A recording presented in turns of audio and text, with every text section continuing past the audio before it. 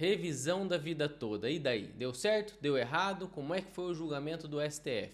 Eu tô aqui para tentar explicar para vocês esse imbróglio que o STF fez no dia 21 de 3 de 2024. Vamos lá, gente. O que é revisão da vida toda? É uma tese que pedia a alteração do valor dos benefícios pelo INSS para incluir dentro do valor dos benefícios as contribuições da vida inteira. A base é a seguinte: lá na lei de benefícios tem uma regra que é a regra definitiva que fala que para calcular o valor do benefício é necessário considerar a vida toda.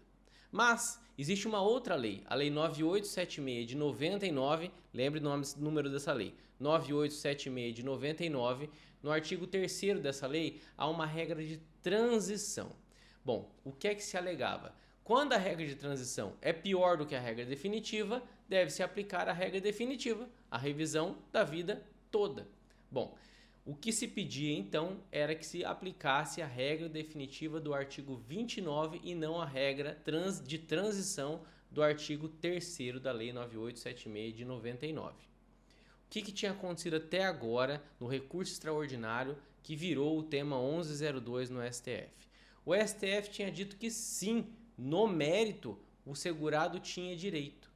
Só que o INSS tinha entrado com embargo de declaração e o que estava para ser analisado agora era só os embargos de declaração, não mais o mérito.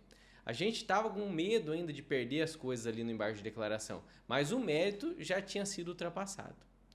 Eis que hoje, dia 21 de 3 de 2024, o presidente do Supremo Tribunal Federal fez uma coisa estranha. Ele alterou a pauta de julgamento. A revisão da vida toda, o tema 1102, estava pautado para ser julgado às 2 horas, ou a partir das 2 horas da tarde de hoje. Só que quando começou o julgamento, a gente percebeu que ele tinha colocado duas ADIs na frente do julgamento da revisão da vida toda, que são as ADIs 2110 e 2111, que estão também lá no STF.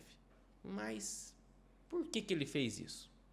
Gente, nessas ADIs estava sendo discutida a constitucionalidade ou não de vários dispositivos, mas também do artigo 3º da Lei 9876 de 99. E o que é que fala o artigo 3º da Lei 9876 de 99? Fala sobre a regra de transição. Olha só a sacanagem. Lá no recurso extraordinário, que é o tema 1102, o STF já havia perdido. Só que nas ADIs ainda não. O que é que se discutia realmente nas ADIs? Se a regra de transição era constitucional ou inconstitucional. Nas ADIs não se discutia se era possível aplicar a regra definitiva do artigo 29 em substituição à regra de transição quando essa fosse melhor. Não era discutido isso na ADI, mas o presidente do Supremo abriu a sessão e logo colocou: olha, o principal ponto aqui é se é possível aplicar o artigo 29 ou não. O ministro Alexandre de Moraes pediu a palavra e já apresentou seu protesto de logo. Porém, ministro por ministro foi julgando e o que foi acontecendo na verdade é que nas ADIs 2110 e 2111, que não era para ser apreciado o artigo 29 em substituição à regra transitória do artigo 3º, foi apreciada a tese da revisão da vida toda. Mas aí você deve estar pensando, mas tá tudo bem, já ia ter que ser apreciado mesmo. Aí é que tá o negócio. O presidente do Supremo sabia de uma coisa, e quase todos os advogados especialistas em previdenciário também, que o Supremo trocou alguns ministros. E os ministros que entraram no lugar não são favoráveis à revisão da vida toda. Na prática, se eles conseguissem colocar em discussão de novo o mérito da revisão da vida toda, o segurado perderia. E foi exatamente isso que eles fizeram hoje. No dia 21 de 3 de 2024, eles deram um jeitinho de rediscutir o mérito da revisão da vida toda e o resultado está completamente desfavorável para o segurado. O julgamento ainda não terminou, mas o placar eu já adianto para vocês. Ficou assim: 3 votos favoráveis assim, à direito à revisão da vida toda, e todos os outros contra. Luiz Roberto Barroso contra. Flávio Dino, o ministro comunista, lembra? Do Lula, contra a revisão da vida toda. Cristiano Zanin, também indicado pelo Lula, contra. Nunes Marques, contra. Luiz Fux, Gilmar Mendes, Dias Toffoli, contra.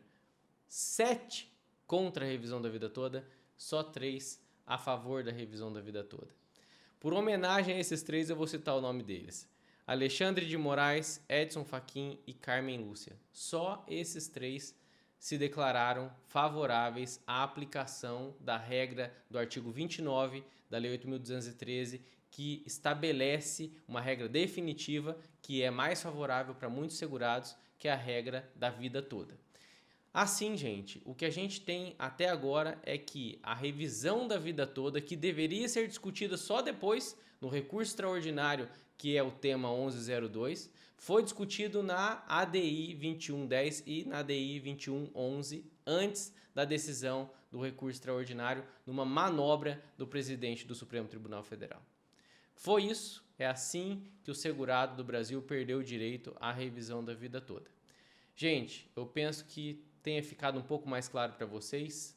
Se não ficou, deixe seu comentário aí que a gente vai conversando. Curta a gente se você quiser ajudar o nosso canal, divulgue para outras pessoas. Aqui a gente traz sempre muito conteúdo sobre direito previdenciário, sempre tentando simplificar o seu entendimento. Então, se inscreva aí. Muito obrigado, até mais. Tchau, tchau.